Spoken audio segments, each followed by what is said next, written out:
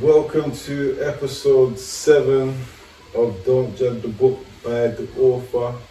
Today we have a very special guest, Habeeb Akande, author of Kunyaza, Illuminating the Blackness, and Woman of Desire. I'm just going to jump straight into this one. Before I do, I want to say it's a privilege and it's an honor to have Habeeb there because his works have done a lot over the internet. He's traveled the world. He's just come back from abroad within like the last 12 to something hours, and I'm privileged enough to say that he's come to see me on his jet lag moment.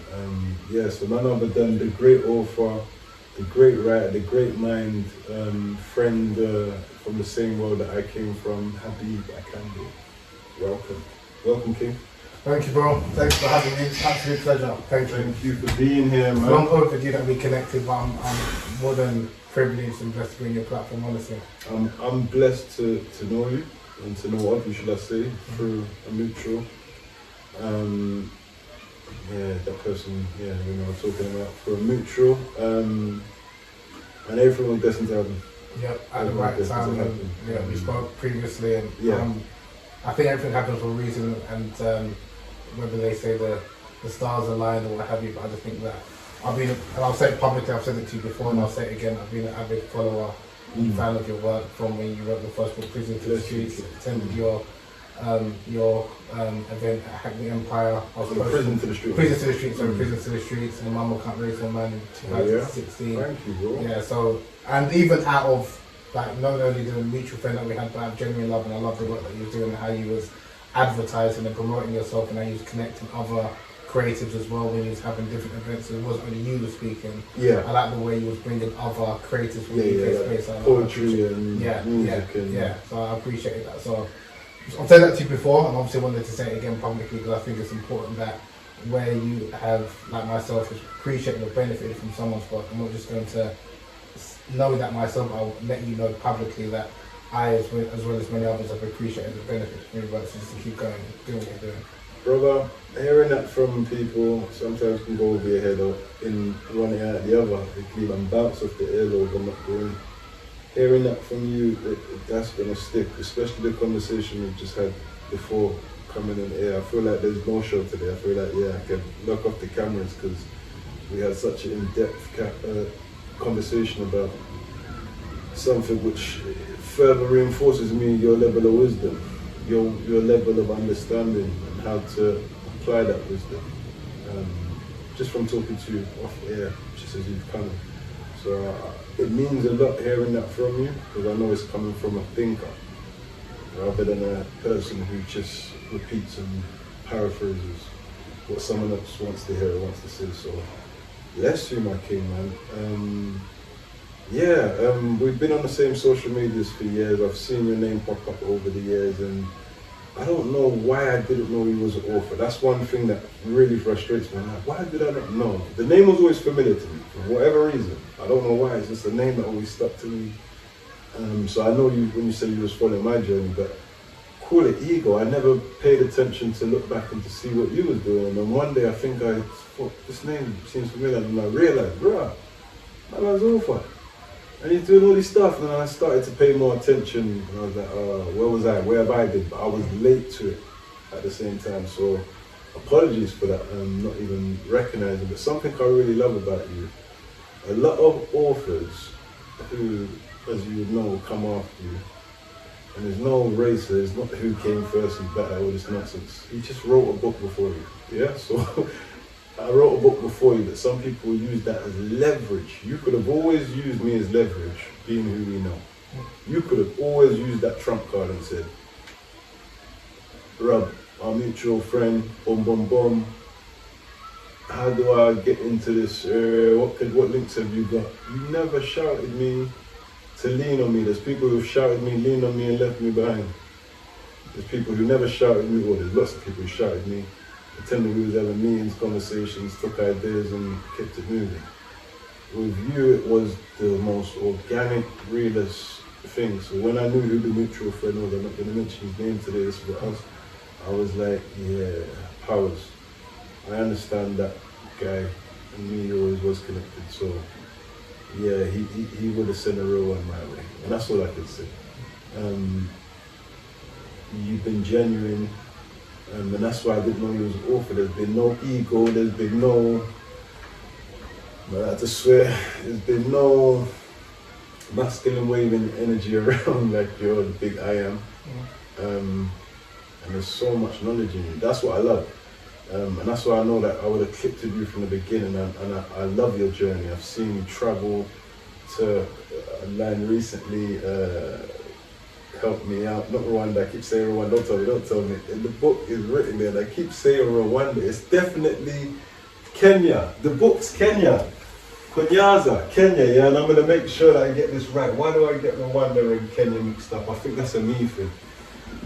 Kenya, I've seen you come out with Kenya from the book, which is where it's originated. And you've gone Brazil, you've gone Europe, you've really traveled with your work. And every time I see your books and you post, it's beautiful because I've been to festivals myself and done other stuff and have different backgrounds all in my book, but I've seen you have different people with different languages holding your book, and they all understand your writings, and I'm like, Habeeb, salute, bro. Like you know when someone paves their own way and you can see it clear as day. And like I say, I missed the train, but bro, your train is moving, and I love the way it's moving. Like you've got a lot of coal in the train right now, and I'm looking forward to. I know I don't want to jump the gun because people don't know about these works here, but I'm looking forward to not only getting through these books after the next couple interviews when I got a second to sit down, but I'm looking forward to what you've got next already before reading this, just from understanding your mind from talking to you. So before we talk about this book here, I just want to say that to you and big you up, my brother. I appreciate that. Yeah, I appreciate that. Salutations, levels, bro. Levels. And yeah, could you tell the people where you have traveled in case I missed out some? I feel like I've missed out some. Well, I've travelled, so yeah, Brazil, France, Kenya, Rwanda, Nigeria. Oh, okay. Curacao, which is a small Dutch island in Dutch Caribbean island just off South America, US, obviously a few times. Curacao. Curacao. How is that spelled? Curacao. Okay. Yeah, Curacao. Yeah, it's a beautiful island. It's just it's off the coast of just. It's considered to be in the Caribbean, but it's closer towards like South America, so maybe like America. Yeah. So Curacao, I was there 2 years ago. Bookwork, all this is bookwork, yeah. Brazil, like I saw the Brazil photo, yeah, crazy. Yeah. France, I mentioned the UK, and Dubai as well. I went to Dubai last year. Did I see the Dubai? I don't think I saw the Dubai. Yeah, I didn't mention Dubai. Yeah, well, big up. We're going to talk about this first book, man. I'm going to read out the back to people. Kunyaza, guys, girls, everybody, this book here is making noise for so many reasons. What is it about? It's about the female organ and how to stimulate it best and how to... I'm going to read the back, and that's all I'm going to do. I'm going to read the front first now. Kunyaza, the secret to female pleasure. Am I saying it right? You pronounce it perfectly. That's the African in me, guys. It just naturally rolls off the tongue. Kunyaza is Africa's secret to female pleasure. Originally from Rwanda, that's why I keep saying Rwanda. Cool, sorry guys, let me go back. Kunyaza is Africa's secret to female pleasure. Originally from Rwanda, East Central Africa, the Kunyaza sexual practice triggered female ejaculation and multiple orgasms in women during heterosexual encounters. The Kunyaza technique is also practiced in Uganda and Kenya, where it is known as the kakabali. Is that right? Kachabali. The benefits of Kunyaza include facilitates female ejaculation and or squirting, triggers multiple orgasms in women, brings women to climax in less than 5 minutes, helps men last longer in the bedroom, enhances female pleasure, stimulation of the K-spot, not even a G-spot, you don't hear that, stimulation of the K-spot, so there's more than one letter of the alphabet, and an effective treatment for female orgasmic disorder. Kunyaza examines the cultural impact of Rwanda's pleasure-based sensual tradition and investigates whether it empowers women. The book also explores the psychology of female desire, analyzes female ejaculation and G-spot, there you go, and G-spot studies and investigates the controversial practice of labia porn. Drawing on extensive research from Western trained sexologists, psychologists and singers, female sex educators from Africa, the book provides an intimate and illustrated guide on how to make a woman ejaculate. Kunyaza, I know right now that if no men haven't watched none of the episodes, this is the one you guys are going to be running to, innit? Because some of the guys that I grew up with would love a book like this. I don't know if they would know that that's what the book's about from looking at the cover. And they say don't judge a book by the author or the cover. So yeah, I like this. It's like it's deeper than, I'm joking, it's deeper than pleasuring a woman, and how can I say deeper than pleasuring a woman? It's more meaningful than just being able to pleasure a woman. It's understanding the sexual connection that comes with it as well. So I might be joking about why men would want to use this book, but I'm going to let Habeeb explain a bit more about his. This isn't the first book, is it? No, it's my 6th book. So I've written 7 in total. That's my 6th book. Kunyaza is the 6th book, but this is the first book we're going to talk about. And I'll let Habeeb introduce his works to you. Do you want me to give an overview why I wrote the book or what it's about in a nutshell? I want you to tell me what inspired you to write the book first of all, because that's something that I think a lot of people want to know. What was the inspiration, what was the motivation to write a book such as this, especially coming from a male's perspective? Yeah, so prior to writing Kunyaza, I wrote a book called A Taste of Honey, which was about erotology. Erotology is a study of sexuality and erotology. Erotology is a study of human sexuality and sexual ethics, but that was mainly written from a religious perspective. Mm-hmm. And one of my readers contacted me and was asking why didn't I write about sexuality or intimacy from an African perspective, like we were talking about. I'm a Muslim, right? So I'm speaking about the Muslim contribution, which is mainly Arabs, for writing about intimacy and how to pleasure a woman. And the person asked me, okay, why don't you speak about Kunyaza? At that time, I'd never heard about Kunyaza. So I did what most people do. I Googled it, and I came across this tradition and this practice. And what really blew me away from this practice is that it was African, obviously first and foremost, and it was prioritizing women's pleasure. And like you mentioned, it wasn't just about how to help or make a woman squirt. It was about the sexual connection, and that there was a culture and a tradition that was teaching men from a relatively young age to ensure that their wife or their female partner is sexually satisfied, and women they were entitled to pleasure, because oftentimes when we see many sexual traditions, it's all about women pleasuring the man, and it's about it's more Western orientated, or it's more orientated from a male perspective. Whereas this was, although it's obviously involves both men and women, but it was one that men are trying to satisfy the woman and the women feel entitled to pleasure. So I thought this will be quite interesting, because we don't really kind of hear this narrative, especially from African perspective. We often hear the negative things. And when I saw a couple of articles, but I didn't come across a book in English. I saw a book in German and a book in French, and I thought, okay, this might be quite interesting to write, because as Africans generally, we don't really preserve our history and our traditions, because a lot of our cultures are spread orally. So there's a lot of things that we do know. We've got a lot of things that we've all heard of Kama Sutra. And I was going to come to that. So when people think of the Kama Sutra from India, they think of the Ovid tradition from ancient China, they think of romance. We have it in we don't think we haven't got anything. And even like the G-spot, and what was even quite problematic with that is that this is an area of the woman's body that's named after a white German man. Is it? Yeah, the G-spot's after Dr. Ernest Grafenberg. So this idea that... Are you serious? Honestly, so that's what I'm saying. So even the G, I use the word G-spot, but I don't like using it, because imagine you're using a sacred part of your female anatomy to describe a man. So and what Europeans are very good at is, you could say, colonizing not only lands but people's bodies. So not only the G-spot, you've got other parts of the female anatomy that's named after men, like the doctor's what's it called again? The fallopian tubes. That's named after an Italian anatomist. Okay, I didn't know. So there's about 9 body parts, especially around the intimate area, that's named after a man. And again, this is something that for me, I'm thinking even that we need to decolonize this idea that they own our bodies, especially the female body kind of thing. So that's why with Kunyaza, I was like, okay, this is great because, again, yes, I know a lot of people are interested in squirting and orgasm, but it's about the culture behind it. It's deeper than that. And I wanted to explore the cultural history.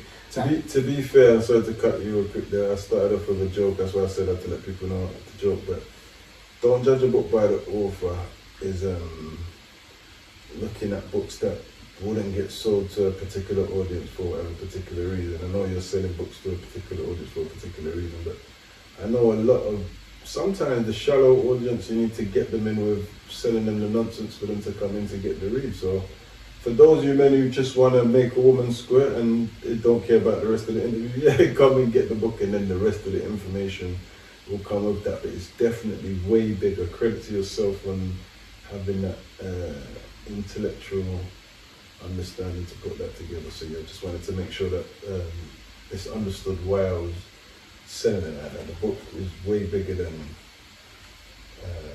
sexual orgasm.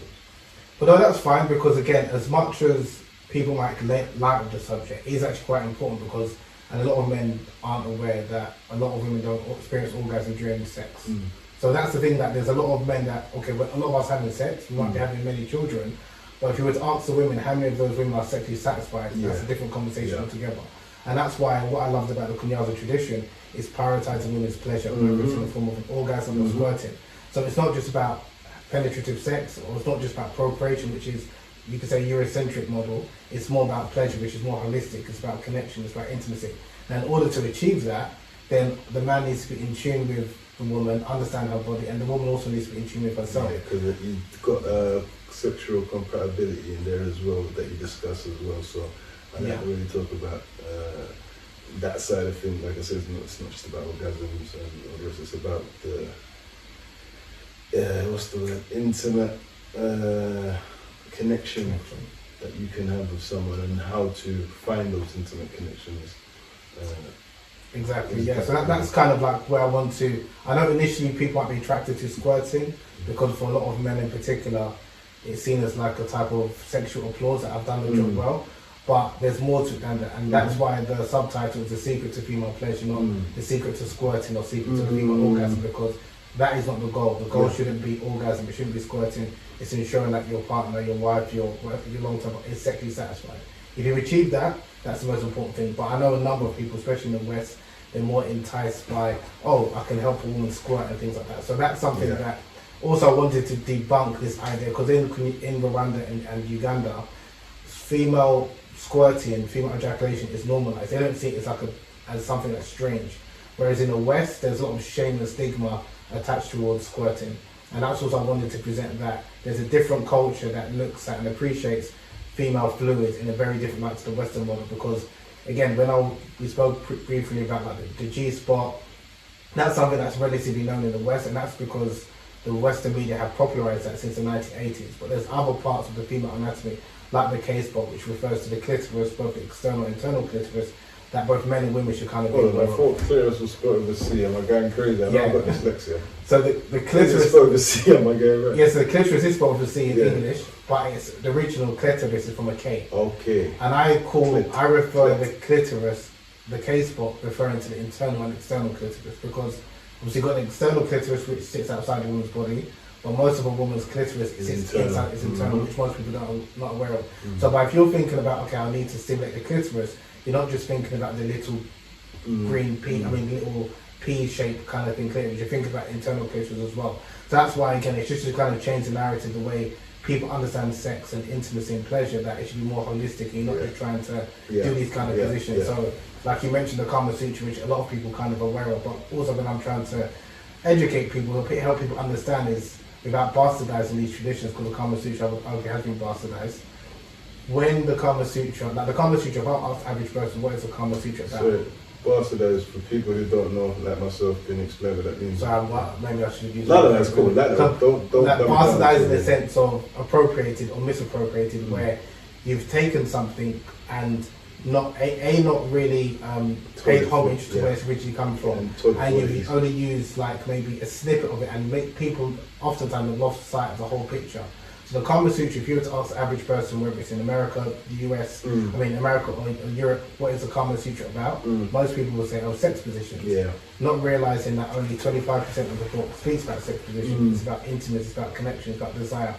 And the writer of the Kama Sutra was actually a religious celibate man who actually wanted to write a book to talk about the different ways men and women can connect with each other and sustain a healthy love and relationship. Oh, and the author of Kama Sutra was celibate. Yeah, he wasn't even, that's the thing, he wasn't even actually sexually active man. That's only the criticism someone else would have got if they wrote on a subject that they didn't do. They would have been like, where's your experience? Like, if you're a street book and you've never been on the street, I'm joking. But big that up, I love that. But he was actually just talking about the culture, so and the Kama Sutra, it's one of many books, Indian sex books. So he was talking about in our tradition, like in India, this is how people make love, this is what, and the whole talking based on other people. Exactly, yeah. The cultural history and what he was saying in different positions is that this helps someone with different size body parts. Do you understand? To achieve greater pleasure. Not necessarily you have to do all of these 64 to make sex great. It's more about pleasure. Compatibility right. with body sizes and different exactly. But when it was picked up by a British explorer in the 19th century, Richard Burton, when he came across this, and then he brought it to the US and to Europe, he was just concentrating and fixating on the sex position, and that's all that people talk about, losing sight of the spiritual side of the book. And that's something which, again, the Kama Sutra now, like I said, the reason why it's been bastardized is because people think it's just about positions, when in reality it's about how to enhance and improve connection, intimacy and love and all of the rest of it. So again, that's what I didn't want something similar to kind of happen with Kunyaza, because a number of articles that I saw online whilst I was researching it in 2018 it was now being advertised as a Eurocentric, somewhat of a Eurocentric practice. Because some media outlets, you type in Kunyaza, have 2 white women.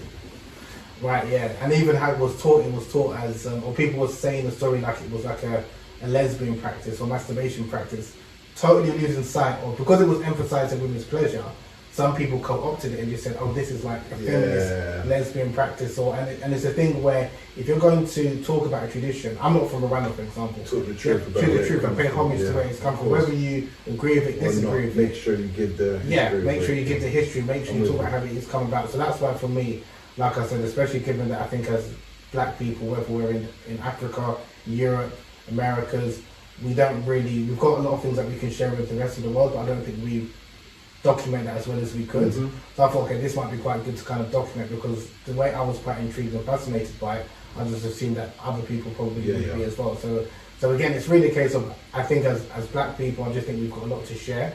And even in my recent trips to Rwanda, one thing I did notice, I mean, fortunately they did appreciate my book, which I'm more than happy to kind of hear, but for them it was like second nature. They didn't see a need for there to be a book, because they already practice it.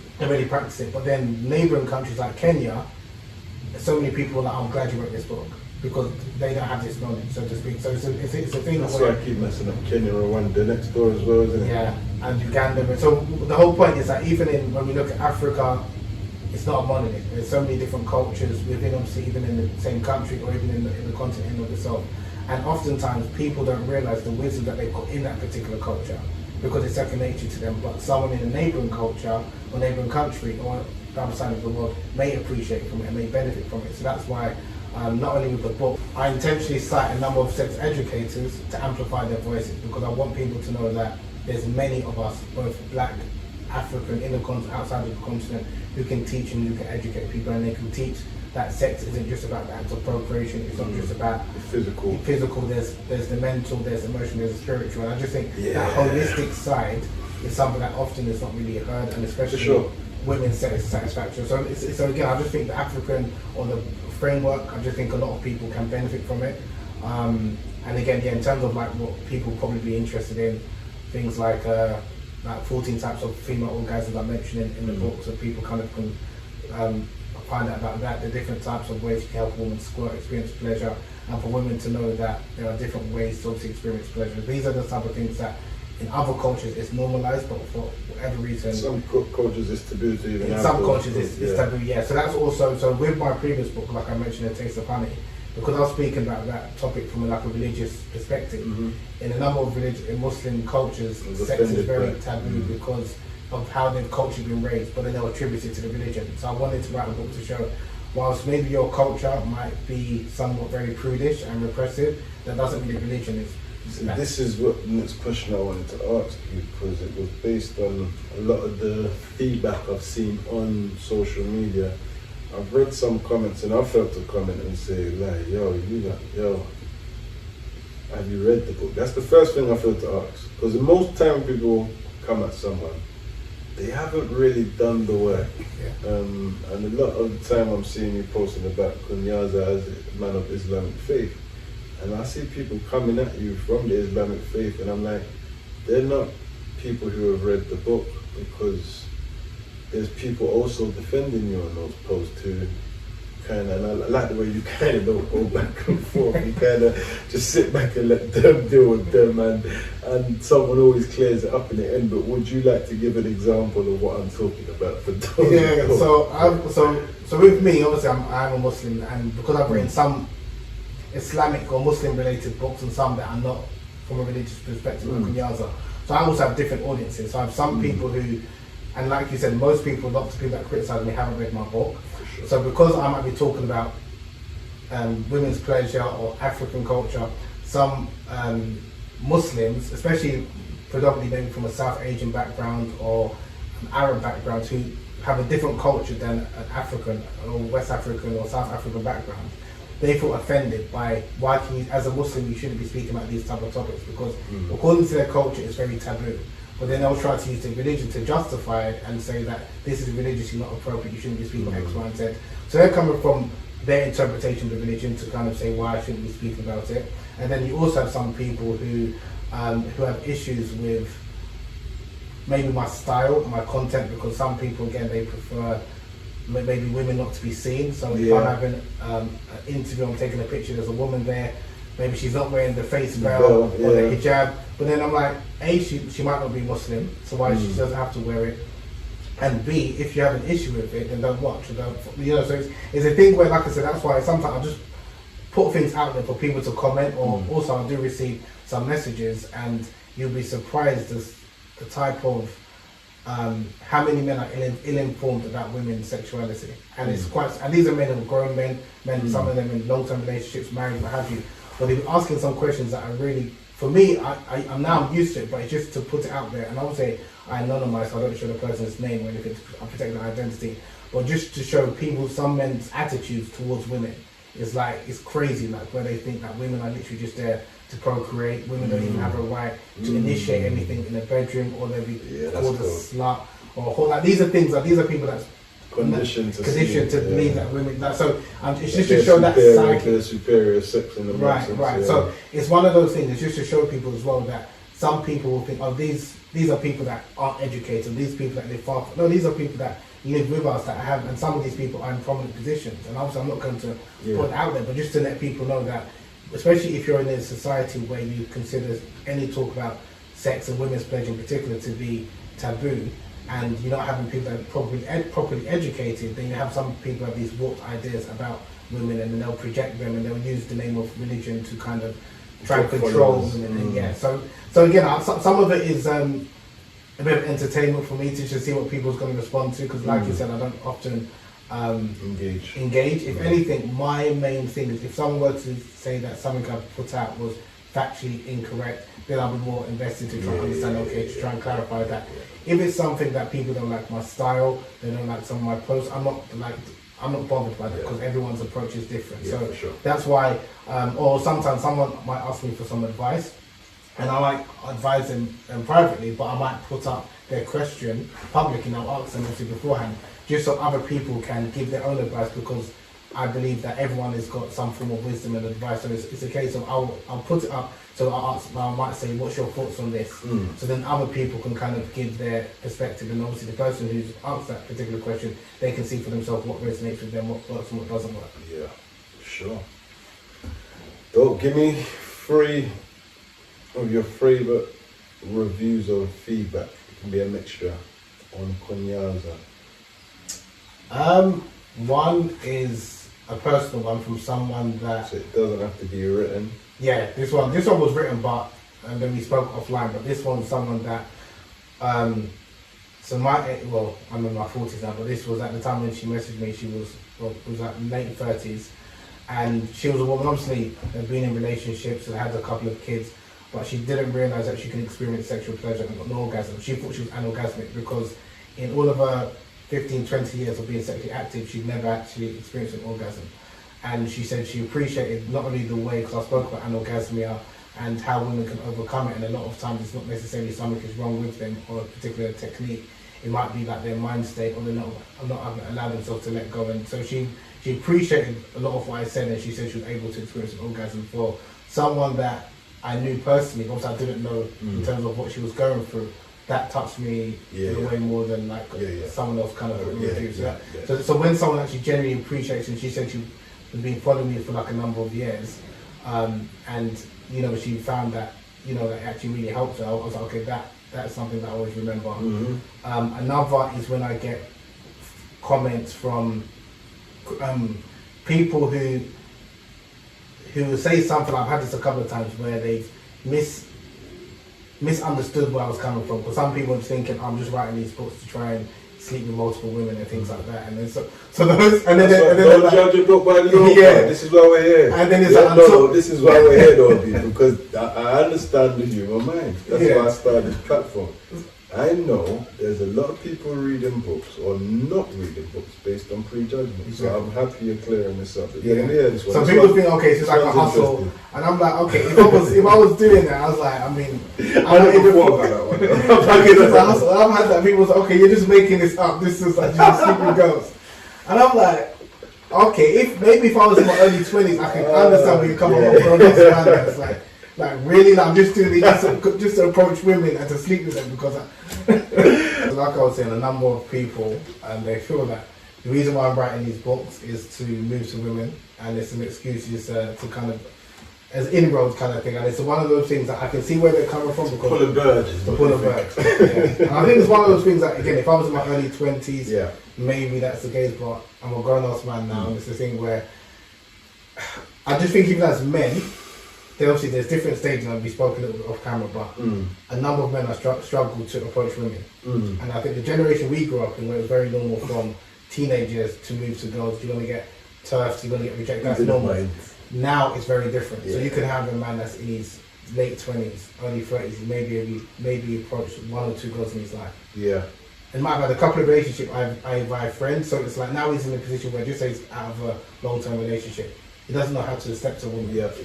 And it's very, so again, sometimes I have to give people grace because I'm like, we went through training from a really young age. You laugh, you make a joke out of it, you know, you charge it to the game, and your friends banter you, but it's normalized for a number of young people nowadays, especially under the taking that rejection of not getting a phone number in front of your friends. For anyone who knows, when we grew up, we'd be outside doors to McDonald's, and like you said off air, we were joking about that. For me and my mates, that was the training ground, as you said the word training ground. And I don't know how much times I got rejected. I said to my son, I used to get rejected for fun. But it wouldn't stop me from talking to someone who I thought was more above my league after getting rejected. It's like in weirdly built confidence. So as you were saying off air, a lot of men don't have that experience, and you were saying things which I never thought of about being perceived as a pervert or a paedophile for going up to girls in the street trying to talk to them and having cameras in there. But I never looked at until you said that. It's totally different now. The climate is totally different. So like even you can imagine going even raving or going trucking gear or going Oxford Circus, Carnival. There's all these avenues to move to girls, and that was normalised. Now the environment is changed where maybe some women might consider that to be sexual harassment. Maybe not the girl herself, maybe her friends. So that's why guys intimidate, they don't want to approach. They're worried that they might be filmed and blasted over social media. So even guys as well, they'll make fun. I've heard of like younger guys who make fun of a guy for moving to a girl and be saying, I don't move to girls, she has to move to me. And that mentality I never understood, because it's normal as a man to approach a woman. It's normal that you're going to get rejected. But when you hear a lot of young guys talk now, they'll talk as if they've never been rejected. So they've got like 100% rate. It's like, okay, how's that possible? How's it possible? And then they expect women to approach them, and then they would say they get all like dimes, like buftings, and it's just like, come on, like like that's not the truth, right? But again, the climate that they're living in is very different to ours. So even how, if you were to communicate to a younger person, a different generation, they have to maneuver a different way, and a lot of them it's via social media, it's via, do you understand? So it's just a different climate, but you just have to adapt. The same way we adapted prior to mobile phones, getting the girl's number, and then you're speaking, you're calling, maybe a mum picks up or the dad picks up, you have to change your voice. It's a total different, or going into the phone box. They don't have that nowadays. You've got straight instant access, but just because you've got someone's Instagram, it doesn't mean that she's going to be receptive to wanting to meet you. Not just that, it's about what you say what in you the say. book. No, what you say, sorry. What you say, that too, it's what you say in your book about, this isn't a book about sex. This is a book about orgasms, a book about intimacy. So intimacy is not going to start with you sliding into a girl's DM. There's nothing intimate about that. I'm not saying you can't get a number and get to sit down and find ways and becoming intimate. But intimacy is not just laying down having sex. Intimacy is going out. Intimacy is doing things together, having fun together. Intimacy isn't just laying down in the bedroom, and I think that you highlight that in the book as well. So for me, this book is very powerful. Kunyaza. I will be studying it. And I don't know, I was going to say something funny, but I'm not going to say something funny because I'm going to be mature. I'll be studying it because, Well, again, you can say something funny because culturally as well, that is important as well, because like when we speak about intimacy, pleasure, man, I'll be studying it. To be fair, jokes aside, I'll be studying it because I like to be the best at everything I do, and I have to say it and leave it there. But what fun is it to have for a man to have sex if you're not pleasuring a woman? If you're only in it for yourself, then so to all the men who wouldn't want to read this book and they're like, man, don't need. Yeah, man, go and study the book. You might learn something you didn't know. That's what I was saying. And don't come with your prejudgments of anything. If you have any, just don't come with your prejudgments. Anyone of Islamic faith, I've got Islamic friends who may feel a way towards this. You've heard what Habeeb said, man. Don't judge based on other people's ignorance. I've seen a lot of comments that he's had to ignore because a lot of people are not commenting on the book itself, having read it. It's their own perceived conceptions about what the book's about. So do not allow anyone's opinion, if you're Islamic, to stop you from reading that book. Can I ask one thing, because you said something I think is important, and I'm glad that we're having this conversation, but I think a lot of it's because of your mindset, right? Because like you said, when you said it in the sense of like, as a man, how can you not want to please your woman? That's not common. That mindset. Yeah, it's not common. No, honestly, because a lot of the readers, most of my readers, maybe 70% are women, and they complain about a lot of men. Because I wrote the book as a man, like as if I was speaking to another guy, about the importance of satisfying a woman. And a lot of women are reading it and they're obviously appreciating it because obviously I'm talking about the importance of satisfying a woman, but they're struggling to get their partner to read it. Wow. Or to even appreciate it. Guys, man, brothers, kings, fellow brethren, listen, get locked in, man. Your girls, the women are begging for you to read this book. Yeah, not even the author, the women are begging. You know, you need to get them to put reviews on Amazon. But why do you think that should just come to why you've got that mindset? Why do you think that a number of men don't have that mindset? Because that's something that I'm trying to also understand. Why would men not have that mindset? I think selfish fuckers, that's a joke. No, it's true. I'm saying the word literally, like fucking selfish. When you're having sex, you're selfish, so selfish fuckers. But some people are only in it for themselves, man, and that's what it is. I suppose, there's some people in it for themselves. Some men, they don't want to, like, big people don't want to, what's the word? I wouldn't want to finish unless I've satisfied. It's not a job well done. Call it OCD or whatever in the bedroom, but I wouldn't want to, I feel like and if I've failed to make my partner climax, I wouldn't feel like I failed, but I feel like I have to go and make sure that that person feels the same way I felt in that position. And that's what I'm saying, selfish fuckers. I was joking. But that's true. And that's what you said, because that is what also I'm trying to help women understand. Because there are some men who don't. Because can you imagine? Like, there's a number of women who have had a number of partners, and most of their partners have all been selfish fuckers. So we call it. Right? But sorry to cut you when I say that, because that's a bit maybe harsh to men. Some men, remember what we were talking about off air as well, about things you're trying to get me to see from a different perspective. And you're right. But what if these men, like you said, they don't see women as anything other than sexual objects? Then if you only see them as sexual objects, you don't care about their pleasure. Right. So if you've been taught that way, then maybe that's, some, how they see women, some faiths, and not just faiths, countries, cultures, like, parts of Africa, that, maybe that's it. Yeah, and it's a three part. So that's also what I'm trying to help women understand, because imagine yourself, a woman has had experience with a number of men, and they've all been either selfish fuckers, so not trying to pleasure them. They've just seen women as sex objects and not really, and just there for their own gratification.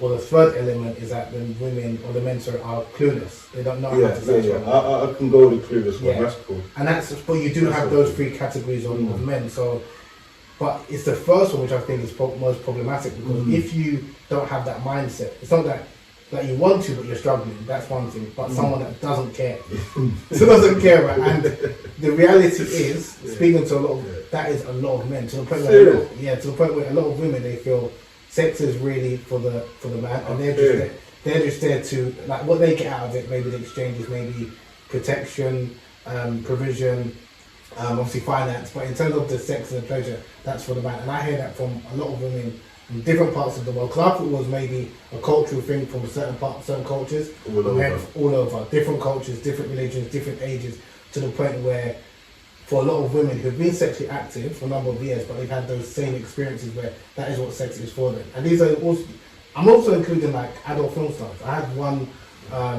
adult film star who's into like that, and she was even saying the same thing. So it's something that, again, it blows my mind, because I'm just thinking, this is kind of crazy. Because that mindset which I've had from a really young age, I thought that was normal. It's not actually really normal. So that's why also I'm trying to understand, okay, where does that idea, that mentality come from? That, okay, as men we like women, but you don't even care about satisfying the woman. That I don't. So when I said selfish efforts, as funny as it was, it's the actual fact. Yeah. It's really that. Yeah. And it's even that those, because again, it's sometimes when something is normal to you, you think it's normal for everyone else, and that's not the case. That's one of my biggest problems. And that's why sometimes it's trying to understand, and it's only when you listen to other people, especially because obviously you're a man, so you think, I don't know how men think, but if like 80% of women or 70% of women say, my experience, that's not how men behave, then it's like, you don't really, so you're the exception, you don't really know how men think. So then all of a sudden you have to realise, actually, maybe the way you deliver this, or the messaging, or maybe thinking, okay, the way I was brought up, or my area, my conditioning, why is it I felt like you're supposed to satisfy a woman? Why is that expected? And then you look at maybe how you was brought up and what things were said. Could that just be individual's character? Yes, and I think characters are also, if for example, like it was seen as a source of pride, like what you said, that if I want to do something, I want to do something well. In a sense, but it's also about, if we go out to dinner to eat, then we can't both go home with our stomach, and like I can't just be the one who like had food. It's just about not being selfish. I don't look at it in a sexual way or anything. But it's like in any capacity of my life, I'm like, if I eat, you go and eat. If I can't eat food in front of you, not off you, like just certain things. Like that's what I'm saying. Like if we came in this together, right? Like how can you start? I hear you, and I agree with you, but I'm just saying, because there's a number who don't think like that, that's why it has to be broken down, because you're saying like it's second nature, like, if we're going out to eat, there's some people I'm sure that you will know that they will bring something to eat in your yard. They'll be eating and be just looking at you. They won't even offer you food, let's be honest, and you'll be thinking, what's wrong with this man? Like, what's your manners? Because you're thinking, if I'm eating, you're eating as I want to offer you something, if I want to go shop, In Africa, I don't find that. If I'm eating, I was in South Africa. If I'm eating, everyone's eating around me. But when they're eating, if I walk past and I've just eaten, where you going? I'm going to shop. No. You must sit down and eat with us. There's no, just wash your hands, dry your hands. They didn't even get a cup for me and get a bottle of water. Paul, yeah, I'll wash it. And everybody must eat. They can't eat without you. So I fit in well in those environments because I have that mentality. But yeah, you're right. There may be people who are not, and I'm not judging. I'm quite surprised, I suppose, the percentage. Yeah, well, I'm not judging. I'm surprised. The percentages was even like the statistics, like 30% of women orgasm on a regular basis during intercourse, and over some studies have shown between 50 to 70% of women aren't sexually satisfied in their relationships. So most women do not experience pleasurable sex, and a lot of women haven't had an orgasm. So when you actually look at the statistics, and again, these are worldwide, different ages, you realise that, again, this is actually the norm. And then now, if you realise that, then how you have to reverse that, give that message as well, actually, or emphasise the reason why it's important. But then it's like, how do you help men, or how do you help the women, but change the men's mindset? Because if men have the mindset where they're like the selfish fuckers, like you said, it doesn't matter what you say to them, they're not interested. But if it's a case of men are struggling, like the third part, which is men don't know, they just concentrate on penetration, that's different. You need to tell them about the G-spot, the K-spot, X-spot, Y, and Z. But if it's a case of men just don't care because they've been conditioned that way, that's a harder that's a harder battle to kind of face, because unfortunately there are men who have that kind of mindset. I think to get this book out, it just needs what we're doing now. It needs more men talking about it, more men conversation, because you've got the woman audience already. It needs men to know that it's okay to. When you get a car, you didn't know how to drive the car in the first place. You have to take lessons. Well, a lot of you didn't take lessons. You just started joyriding, right? Then you had to get your license. So look at Kunyaza as your license. That's what I'm going to say to the young king. Don't take it personal. Look at it as your license, and it may help you go. Did that stop? Yeah. So, and it may help you. I was just going to say this and then go back to it. Look at it as your license, people, because you never know. It may help you learn a lot more things than you could ever imagine. So why disposition yourself when you can enable yourself to learn new skills? Kunyaza has definitely done its rounds, man. It's done its rounds. I want to get onto your next book, Women of Desire, which you say you just briefly want to go over. We don't want to talk about it too much, but yeah, Women of Desire, Guide to Passionate Love and Sexual Compatibility, which is, I think, a book that definitely goes hand in hand with Kunyaza in terms of the passionate love and sexual compatibility, which also is an indication, people, that the books that Habeeb is writing is a bit more than just squirting and orgasm. So that's sexual compatibility and passionate love. So, do you want to tell the people about this one quickly? Yeah, so that's a book where I'm highlighting a number of sexually empowered women in the Islamic tradition, because like we spoke about earlier, there are a number of Muslims who see the topic of sex extremely taboo. So I wanted to kind of talk about how there are a number of women in Islamic history who are sexually empowered and who were sex educators, maybe FGM activists, or scholars. So that book, again, is really just, again, emphasizing and highlighting the importance of women's pleasure, but within a Muslim or framework. And then also talking about some of the challenges, because I've got a number of messages from Muslim women in particular who experience desire problems or orgasmic problems. So I kind of first wanted to debunk some of the myths.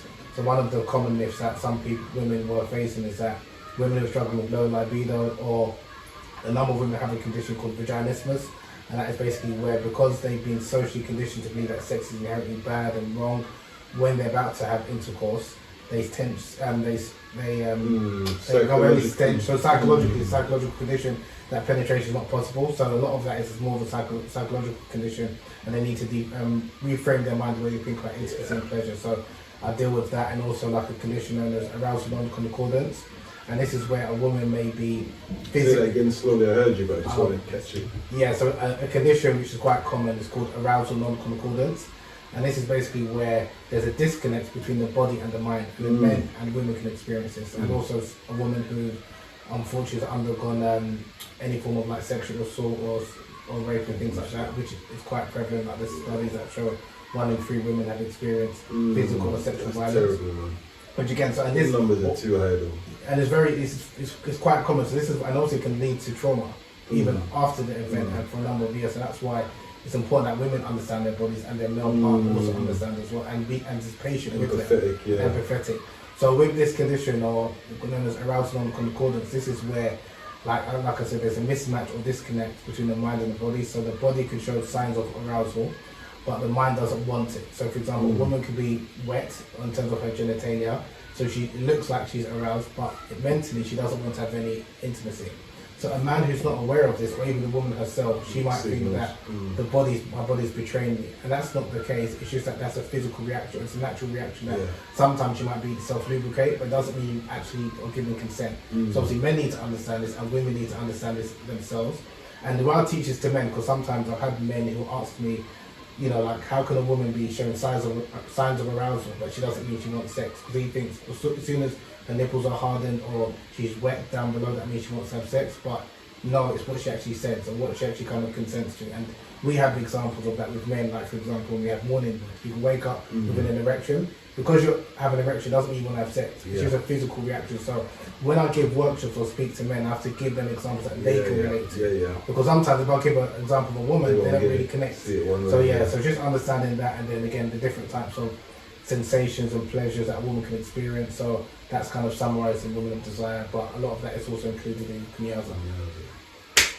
How was my brother? So this Woman of Desire, that's Kunyaza. And this isn't his only 3 books, he's got another 4 books. But we're going to talk about that after this, talking about this last book for the day. Illuminating the Blackness. Blacks and African Muslims in Brazil. Illuminating the Blackness presents the history of Brazil's race relations and African Muslim heritage. The book is divided into 2 parts. Part 1 explores the issue of race, anti-black racism, white supremacy, colorism, black beauty, and affirmative action in contemporary Brazil. Part 2 examines the reports of African Muslims' travels to Brazil before the Portuguese colonizers, the slave revolts in Bahia, and the West African Muslim communities in 19th century Brazil. The author explores the black consciousness movement in Brazil and examines the reasons behind the growing conversion to Islam amongst Brazilians, particularly those of African descent. The author also shares his insights into the complexities of race in Brazil and draws comparisons with the racial histories of the pre-modern Muslim world, including a comparative analysis of the East African Zionist slave rebellions in the 19th century, Baghdad with the West African Xhosa and Yoruba slave rebellions in 19th century Bahia. Was I saying the names right? Yeah, Bahia. Bahia. Say again? Bahia. Illuminating the Blackness. This book just looks powerful, man. I love the pictures you got in the middle. It's really show. Yeah, so through the artwork here. Yeah, you want to tell us about this book? Yeah, so that book, this inspiration it's a labor of love. Sorry, it's a labor of love. That book. That book it's probably my favorite, but it's not as well received compared to Kunyaza. It took me. I've been to Brazil maybe like 7 to 8 times over like 10 years. First went to Brazil in February 2014. That was, I think, my second book I self-published. Spent over £10,000. Love the cover, man. I spent a lot of money on that. How much? Over 10,000. Yeah, from the research, paying for like to use the permission for the images and stuff like that. It wasn't as lucrative as Kunyaza and wasn't as popular, unfortunately. But I'm so glad I wrote the book because I wanted to talk about the history of black people in Brazil. I think many people aren't aware that black Brazil, history, the black history, the slavery in South America, and the rise of the black consciousness movement. So Brazil is not as it's still there's still obviously work to be done because a lot of people think of Brazil as like a racial paradise when it's not really the case. And when I first went to Brazil for Carnival in February 2014, obviously I went there for enjoyment, I'm not gonna lie, right? But what I noticed was the way black people were treated. So for example, when I was to go to my hotel, people would be like, you have to go to this exit. Like the people that I was working at the hotel, like you go to another exit. And I was thinking, as soon as I spoke, they realised you're a gringo. Then they treat me with respect.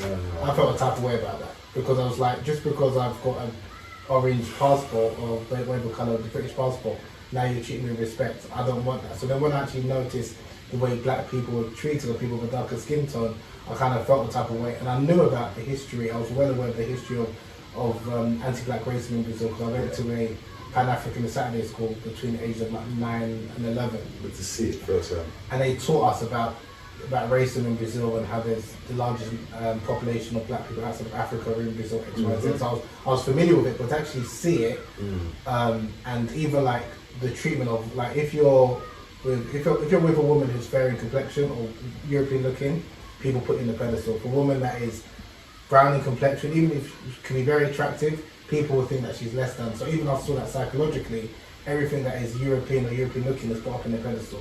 So that's why I also wanted to kind of understand, okay, how did Brazil get to where it is today? And also the image that they project outside is very different from the reality.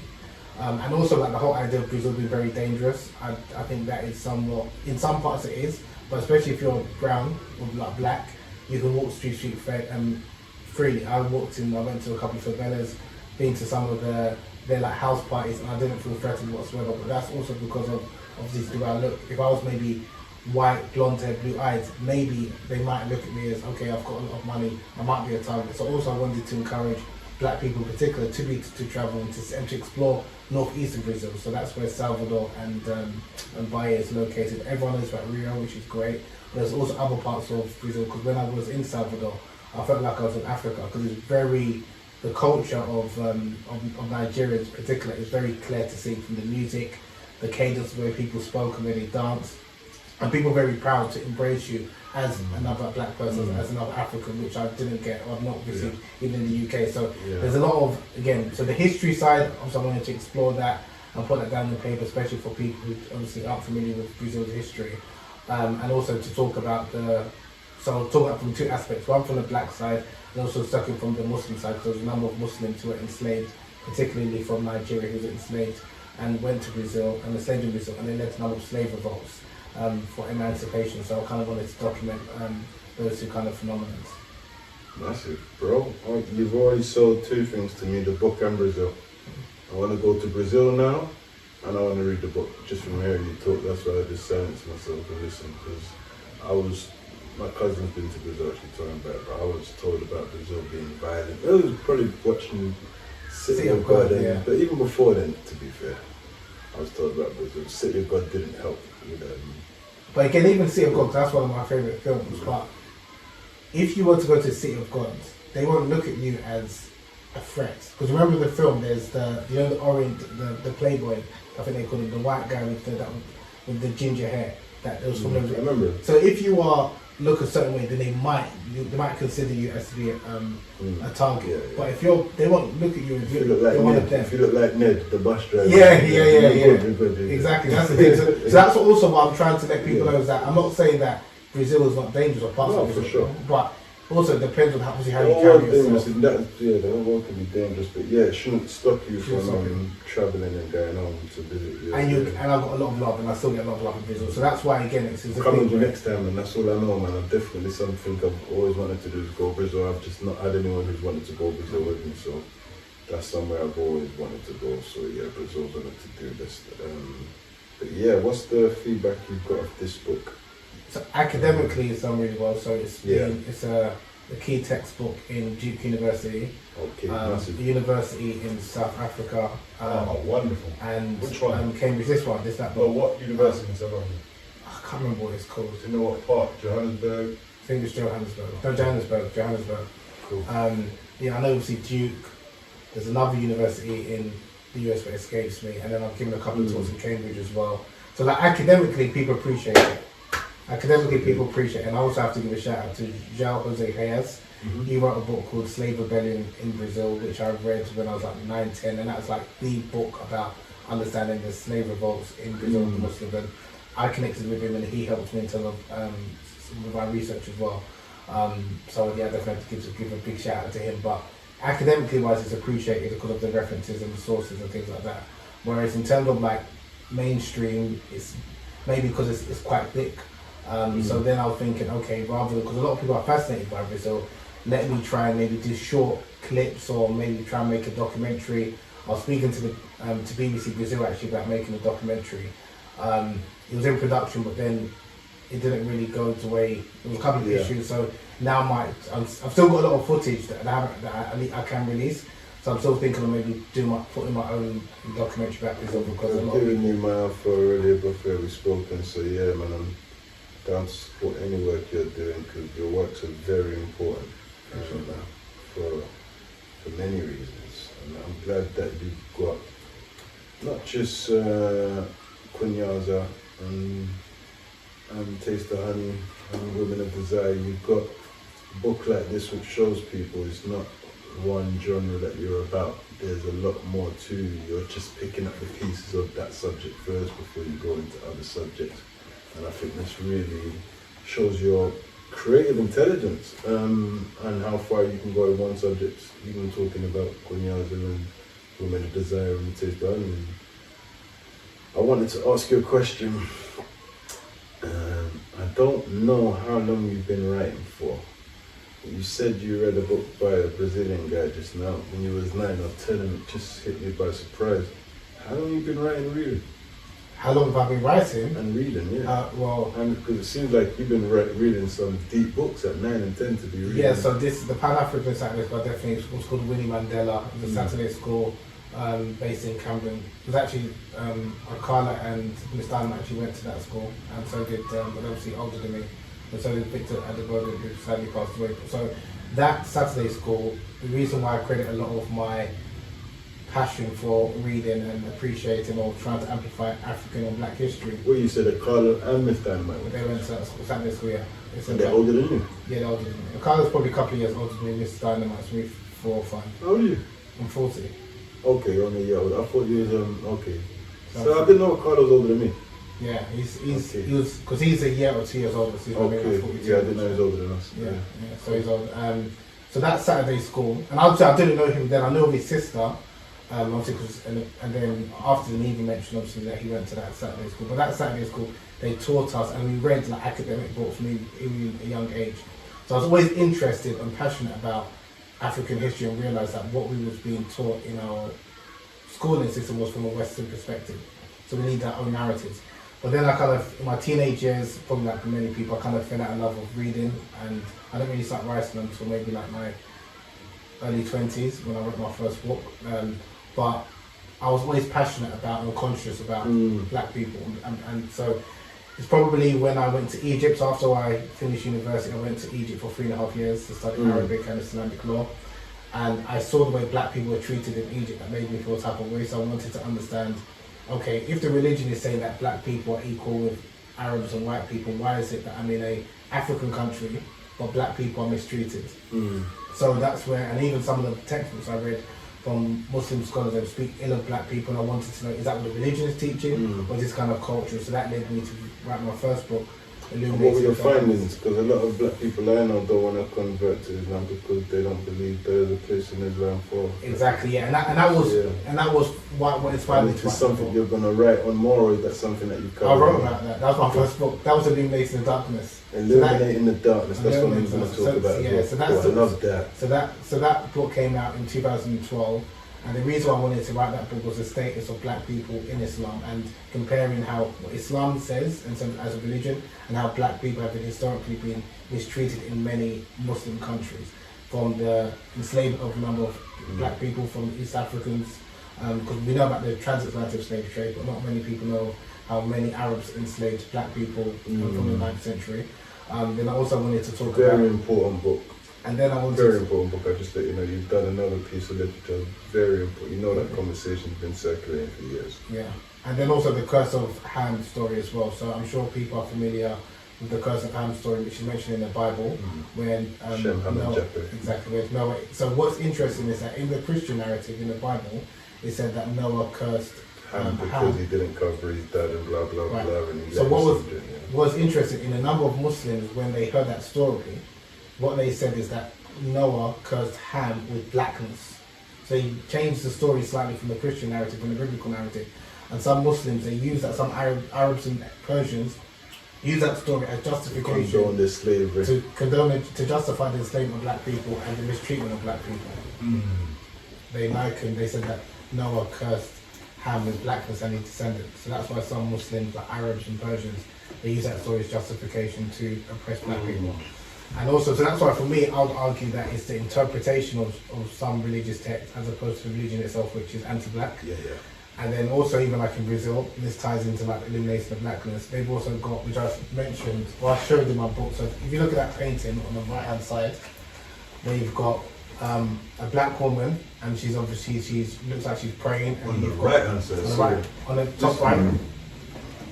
So you've got a black woman who is she's got her hands in air, like praying to God, and then you've got the mixed race woman sitting down, and then she's holding a white baby, and you've got the white gentleman on the side. That story, that painting is known as the Redemption of Ham.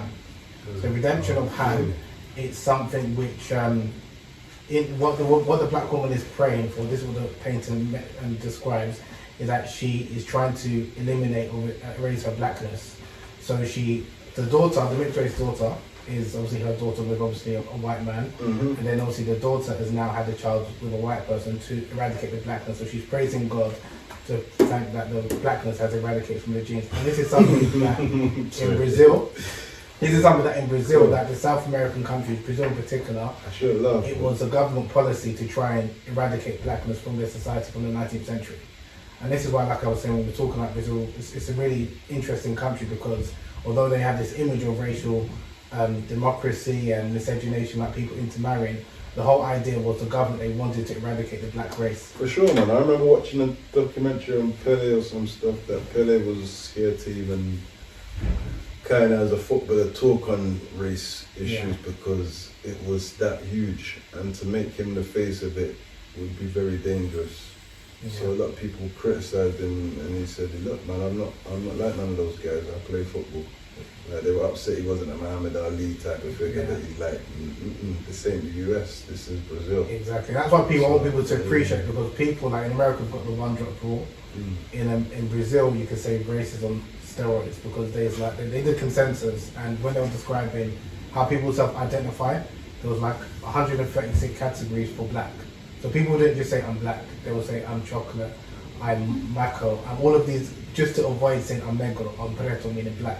So again, I wanted to kind of highlight, when we're looking at race relations, you need to understand and appreciate the culture, not use the US model, or even like the South African model, and then impose that on Brazil. So that's kind of like what Illuminating the Blackness is about. Facts, powerful. And I do like the fact that you said that you educated again, because a lot of people won't know that Brazil does have the second largest African population outside of Africa. So things like that, really important. I'm looking forward to going through these books. I told you I've been wanting to go through these books since you've sent them, and I'm honoured that you sent them. When they came for the post, I was excited and just been lumbered down with work. But next week's my week off, and I'm going to give proper feedback on the comment section of this podcast within the next month. So yeah, you'll hear my feedback and Amazon review as well. So where can people find... No, before I even ask that question, can you tell people about the other 4 books? We're not dismissing the other 4 books. So you've got The Women of Desire, Kunyaza, The Taste of Honey, Illuminating the Blackness, Illuminating the Darkness, and I'm 2 books short. Yeah, so Illuminating the Darkness we spoke about, which is about blacks and North Africans in Islam. The second one was Illuminating the Performance, which is a book about womanizing and the dangers of womanizing. Womanizing? Yeah, womanizing, because it's something that I think many people kind of get involved Why you never send me that book in the post? I don't know why. I said that to you. What? I sent you that book. So that's from the African and Arab perspective. Yeah, that sounds too good. So talk about the realities of, and that's why, because I wrote that book in 2014, no, like 15, and then I realised I was like, now it's quite dated in the sense of some of the language I was using, like chirps, like we were talking like earlier, you wouldn't use that, and a lot of the challenges that men, because I wrote that for like a man who's maybe in his early 20s, early 30s, especially like early 20s in terms of how to speak to women, how to approach women, and how to have morals and ethics. Because I think what's happened, but now, actually the reason why I don't really talk so much about that book is because I got banned from a number of universities in the UK because they thought I was encouraging promiscuity and men to mess around with women. So I was just like, okay, I need to take a step back, so I stopped promoting that book. Then I wrote another book called Illuminating the Difference, Black, White and Brown Women, and it's talking about colorism and how culturally, how unfortunately many societies, black women are considered to be less desirable than white white women and just kind of trying to understand the reasons for that and how Racism, the reasons. Yeah, and how people use scientific racism. So I mentioned how people use scientific racism to justify. So that was, and then the other book, so Illuminating the Darkness, Difference, Performance, Taste of Honey. Oh, A Taste of Honey was the other one. Yeah, no, I mentioned Taste of Honey. Yeah, so that's the missing one, The Taste of Honey. No, there's another missing one. I mentioned Taste of Honey. Yeah, that's it. So Illuminating the Darkness, Illuminating the Difference, Illuminating the Difference, that was it, yeah. A Taste of Honey, Women of Desire, Kunyaza, Illuminating the Blackness. I want Illuminating the Performance. I want everything illuminated, to be fair, right now, because they all sound like they're not what the titles are. And that's the powerful thing when they say don't judge a book by the author, by the cover, by the title, by your feelings towards them. It's been an honor and a pleasure. I don't really know what else to say. Do you have any words before I ask where people can find you? Do you have anything you want to see? Because I'm just blown away by the context of this way this interview's gone. I won't say I was expecting one thing but got another, but I wasn't expecting this. Appreciate that. That's all I can say. I won't say I was expecting one line of conversation about the other. I wasn't expecting so much depth. And I don't mean that in a disrespectful way. I just wasn't expecting so much depth. I knew I've spoken to, but the level of depth, I just felt like a student through the whole interview. And I'm intrigued. You said you were following my journey. If I knew, I would have been probably following yours more than you're following mine. That's how intrigued I am. No, I appreciate it. I do appreciate it. Then I'm saying that publicly because, like I said, there's one thing having a story, having a message, but it's another thing knowing how to articulate yourself and how to make that resonate with other people. And that's something that I appreciate even to have you market. You probably see it as like it wasn't anything. But from way back, this obviously more than 10 years ago, how you jumped on a number of YouTube platforms and how you was interviewing different people and you actively was going out promoting the event and you was working with people that were not only authors as well. So it's kind of a cross-cultural event, and that's something that I really benefited from. Was okay, when I start hopefully doing some similar events, I need to think about, okay, it's not just about showcasing authors, you need to have other maybe creatives because people have different interests. So again, I'm just thinking that sometimes you might, and I saw some of the frustrations you was going through where I don't think you maybe felt that you wasn't appreciated as much. But, and I think I did send you a message, I was trying to actually find it on just to keep going. Because I think one of the things that especially, particularly as writers or aspiring writers, is sometimes you'll get the appreciation and validation, even not from your external community, not from your community, and it might be years later, but still put the work out there. And I think especially as black people in particular, we don't share our wisdom and knowledge with others. And I just think that's something that just trying to inspire people to just do the work, put the work out there, work hard and give God the glory. I think that's the most important thing. That ain't me, as you would call it. And that ain't me. I'm just grateful for the journey, bro. I'm grateful for connecting. I'm grateful for the books, and I'm looking forward to promote them and read them as well. So when your next book comes up, I need to call you back down again. No, I'm planning something at the end of the year. I think I've told you. So hopefully I'll call you down to that. I'm planning to do a massive book event at the end of the year. And I don't want to talk too much about it, so that's in God's hands as well. Everything is by God's design. I didn't even want to do this, if I'm honest with you, but I'm realising how doing this there's a purpose in doing this. It gets me to highlight other authors who have been on the same journey as me and just want their voice to be heard. So you say you respected the way I went about doing things strategically. I always knew that black people weren't getting known as authors, so I thought, alright, let me just hit it in a way where it gets the musicians involved, it gets the comedians involved. I knew that to make noise as an author, as a black author, I needed to go, they say we have to work 10 times harder. And that's what Don't Judge the Book by the Author's about. I'm trying to encourage people, stop making us work harder. The talent's already here, the quality's already here.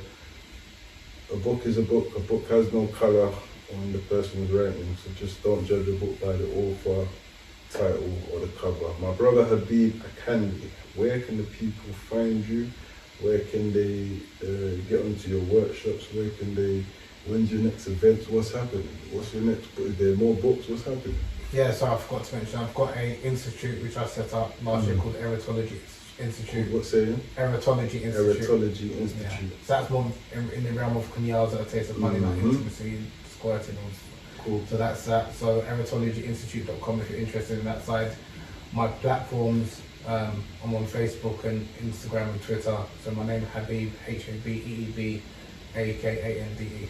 I'll put that all up so that people can follow you, man. Brother, it's been a blessing again. If you've got any last words for me, I'm just humbled, grateful, and thank you. I know it's overdue, but it's not overdue. Everything in God's time. So, and I said that to another guy the other day, nothing's overdue when the time is now for what I'm planning to do. At the end of the year, all the great talents that I've come across. You don't deserve to be acknowledged for what you've done, and I want to make sure that you get acknowledged. This not just on today's platform, by the end of the year. So God willing, you get to see that. So man, salute to you, brother. 7 books. In how long? 12 years? 11 years? So 2012, so yeah, 12 years. My brother, what, you don't do nothing else during the day? We say, what, 7 books? This is the thing this is a passion project. I do work.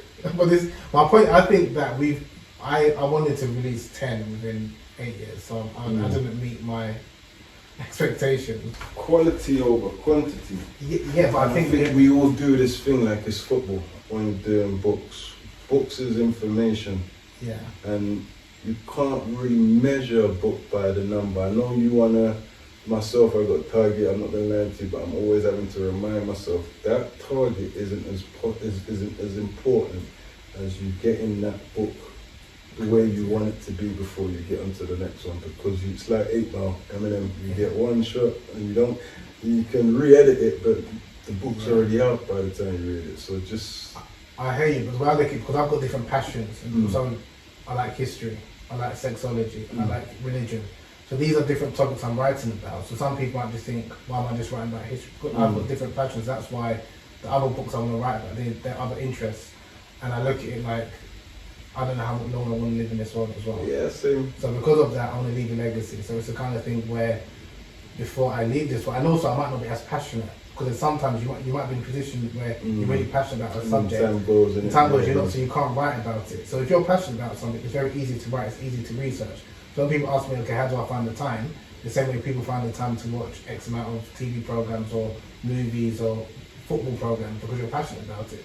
So that's how I look at it, like, okay, if I've got a limited time, I don't know when God's going to take my life. I'd rather leave something that hopefully people can benefit from. That's how I look at it. And I'm going to share this with you as someone who's got 20 books on that laptop. Maybe 10 of them are half written. 3 are out already. I'm going to share this with films, TV series, ridiculous. And I have the same thing every other day. God, how long am I going to be here to fulfill those? I may never fulfill them. I'm at a point now where I don't care. I understand, I overstand. What's meant for me won't miss me, and what's for me will happen. And I can only do what I've been called to do. I never knew I'd be called to do the one book. So even with my passion, my purpose is always going to override that. So if I move to write this book or that book now, because it was designed that way. The reason why we thought we were going to meet up years ago, you could be frustrated about that. It wasn't meant to happen years ago. So keep writing, my brother, is what I'm saying. As long as your heart's set upon it, whether you're here or not, as long as it's completed, and it's even towards completing, someone else will come and complete your works if you're not here to do it. Because sometimes the work we're doing, and I have to get out my own way, that's why I'm calling everything. It's not about us. Your purpose is not even that you get to see the work you always get to do. So when we live in purpose, we have to be very conscious of letting go of those things like boxes. I want to have the IBF, the W. I just want to do good. Every time I pick up that pen, I know that I'm contributing to the place I live rather than taking away from it with the arts. But I do hear you and I do resonate, because I have the same, and I have to wrestle with that side of me. That, bro, take your time.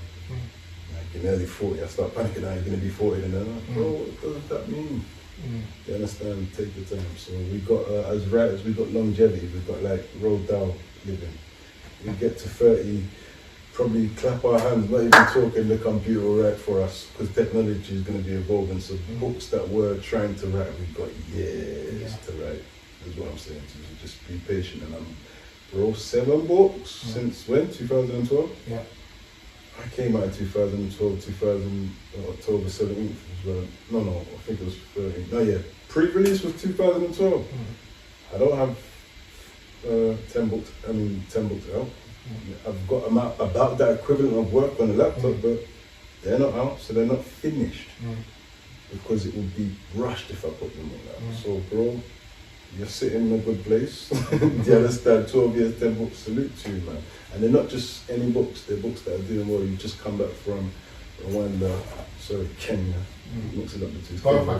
Cool, Rwanda and Kenya. So yeah, and you've been doing Brazil, you've been doing good things. So just look at where your works are taking you. Give thanks that you're getting this love worldwide, and may God continue to rain those blessings on you, my brother. Habeeb Akande, it's been a blessing. Yeah, nothing else to say. Do not judge this author by the title, people, and please get the books. They're available on Amazon, New Beacon. Yeah, Amazon, probably Amazon. Amazon's the best bet. And Robyn.com. Are you on Solomon's bookstore? New bookstore. Solomon, Black Child Promotion? No. You are now. Cool. Sully, I'm taking his books to put them on your bookstore, and then linking it because, yeah, they're going to do well in that stuff. That's what I'm going to say. He was out episode 1 for, yeah, and he'll set these books up. So, yes, salute Habeeb Akande. Been a pleasure. Episode 2, don't judge a book by the author. We out.